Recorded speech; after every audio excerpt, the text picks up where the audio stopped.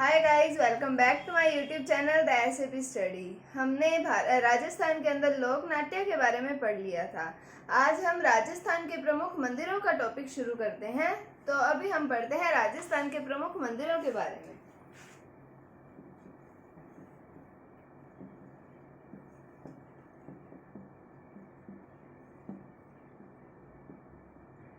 तो राजस्थान के अंदर मंदिर पढ़ने से पहले हम ये पढ़ लें कि भारत के अंदर मंदिरों के निर्माण का मतलब ये जो मंदिर बनने शुरू किसके काल के अंदर हुए थे।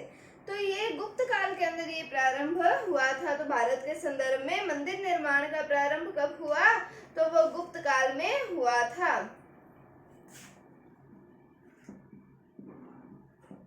भारत के संदर्भ में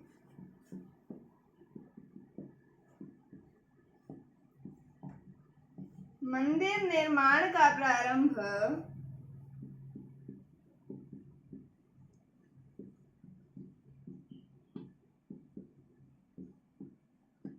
गुप्त काल में हुआ था। ये बात की हमने भारत के कि कब हुआ? गुप्त काल में हुआ था भारत के अंदर मंदिर निर्माण का प्रारंभ। फिर हम बात करें कि पहले जब मंदिर बनते थे तो वो शिखर विहीन होते थे, लेकिन धीरे धीरे उसमें शिखर बनने लगे थे। तो मतलब प्रारंभ में शिखर विहीन मंदिर बने और धीरे धीरे शिखर बनने लगे।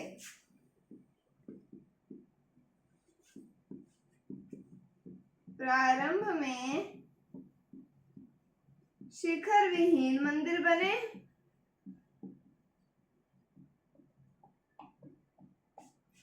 और धीरे धीरे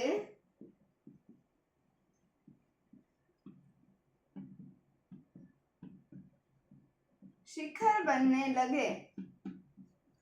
तो क्या देखा कि राजस्थान में मंदिरों की बात करनी है, उससे पहले हमने भारत के संदर्भ में थोड़ी सी बात की कि पहले निर्माण का प्रारंभ कब हुआ? मंदिर निर्माण का गुप्त काल में हुआ था और प्रारंभ में शिखर विहीन मंदिर बने और धीरे धीरे फिर उस पर शिखर जो है वो बनने लगे। अब हम बात करते हैं राजस्थान के प्रमुख मंदिरों की। तो उसमें हम सबसे पहले पढ़ेंगे अचलेश्वर महादेव मंदिर के बारे में।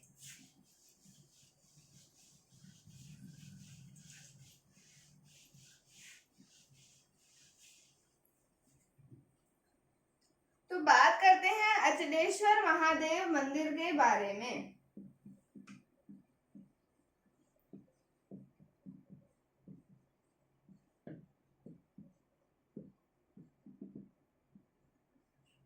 तो ये मंदिर हम बात करें कि कहाँ पर आता है, तो ये है आबू सिरोही में है। यह मंदिर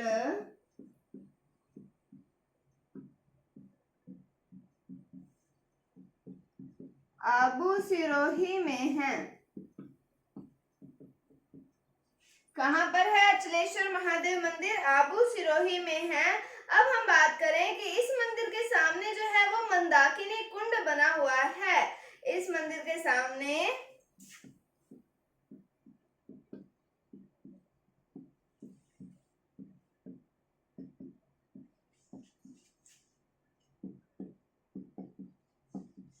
मंदाकिनी कुंड है।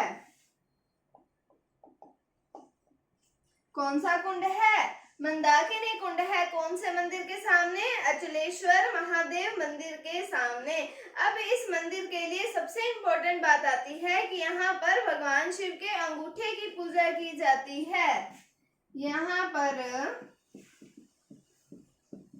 भगवान शिव के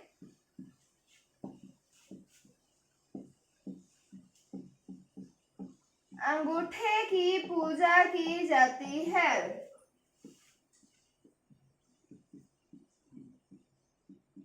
ये इसकी सबसे इम्पोर्टेंट बात है अचलेश्वर महादेव मंदिर की कि यहाँ पर भगवान शिव के अंगूठे की पूजा जो है वो की जाती है। मतलब अब यहाँ पर भगवान शिव के अंगूठे की पूजा हो रही है, तो यहाँ पर शिवलिंग नहीं है। यहाँ पर शिवलिंग नहीं है।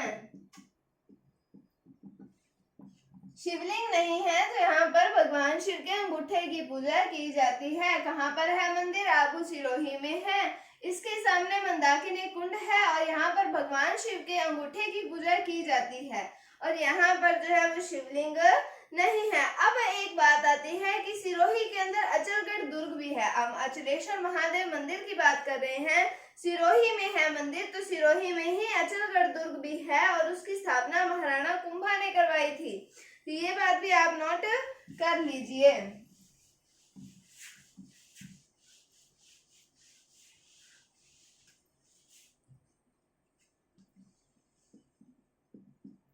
तो नोट डालकर लिख लीजिए कि सिरोही के अंदर अचलगढ़ दुर्ग भी है।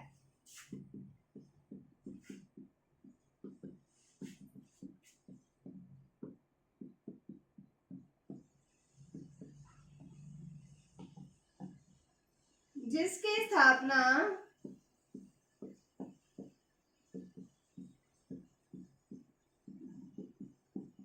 महाराणा कुंभा ने करवाई थी।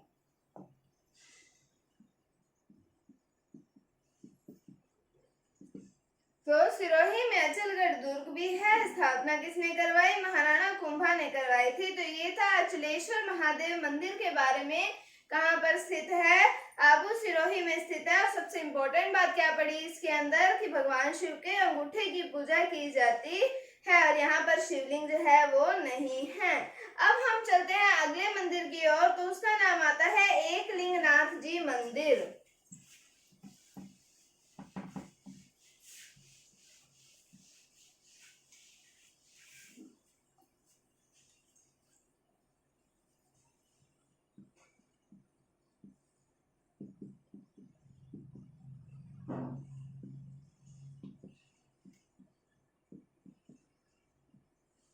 तो बात करते हैं एकलिंगनाथ जी मंदिर की। तो ये पड़ता है कैलाशपुरी के अंदर, जो कि नागदा उदयपुर में है। यह है कैलाशपुरी। कैलाशपुरी कहाँ पर है? नागदा उदयपुर में। कौन सा मंदिर है? एकलिंगनाथ जी मंदिर। तो उदयपुर की बात आ गई, मतलब मेवाड़ वाला क्षेत्र आ गया। तो जो एकलिंगनाथ जी हैं वो मेवाड़ महाराणाओं के जो है वो इष्ट देव थे। ये मेवाड़ महाराणाओं के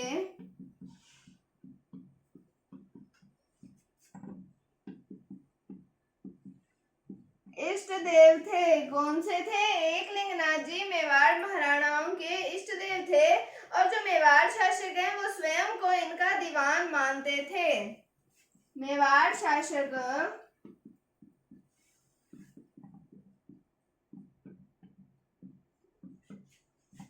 स्वयं को इनका दीवान मानते थे।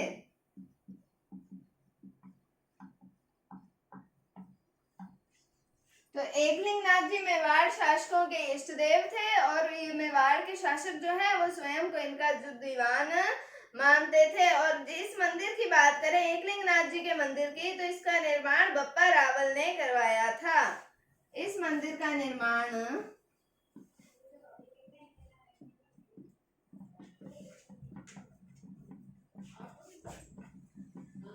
बप्पा रावल ने करवाया था। कौन से मंदिर का निर्माण करवाया था बप्पा रावल ने? एकलिंगनाथ जी के मंदिर का निर्माण करवाया था। किसने करवाया? बप्पा रावल ने करवाया था। तो कैलाशपुरी नागदा उदयपुर में है। मेवाड़ महाराणाओं के इष्ट देव थे। मेवाड़ शासक जो है वो स्वयं को इनका दीवान मानते थे और इस मंदिर का निर्माण बप्पा रावल ने करवाया था। अब हम बात करते हैं इसी मंदिर के बारे में आगे।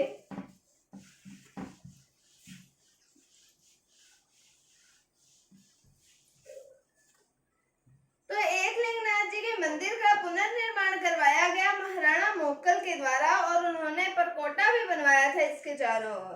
तो महाराणा मोक्कल ने पुनर्निर्माण करवाया और परकोटा भी बनवाया।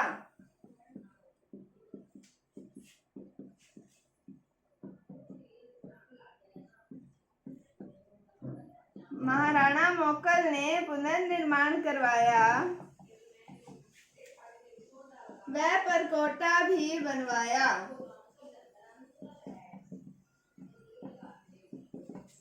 पुनर्निर्माण किसने करवाया? महाराणा मोकल ने करवाया। और परकोटा भी बनवाया किसके? एकलिंगनाथ जी के मंदिर के चारों ओर।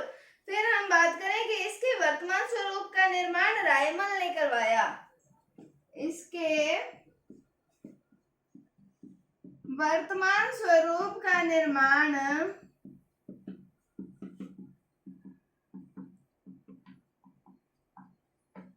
रायमल ने करवाया।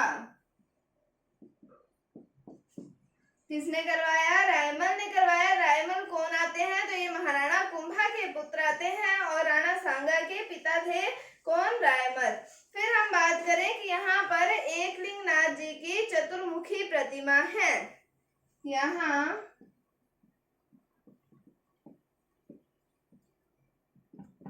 एकलिंगनाथ जी की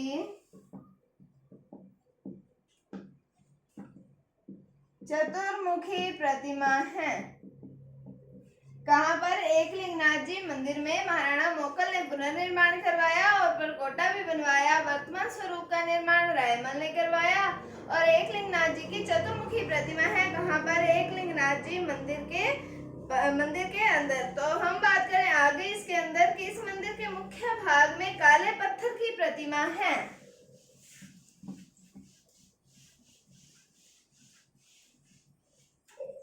क्या है कि इस मंदिर के मुख्य भाग में काले पत्थर की प्रतिमा है।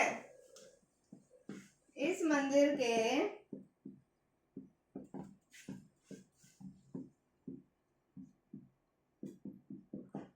मुख्य भाग में काले पत्थर की प्रतिमा है।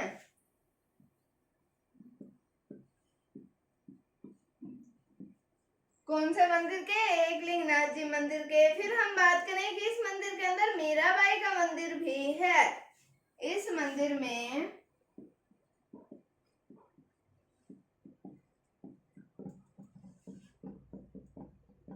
मीराबाई का मंदिर भी है। तो मीराबाई का मंदिर कहाँ पर है? एकलिंगनाथ जी के मंदिर के अंदर है। और जो एकलिंगनाथ जी के मंदिर का संबंध है वो पाशुपत संप्रदाय से है। तो इस मंदिर का संबंध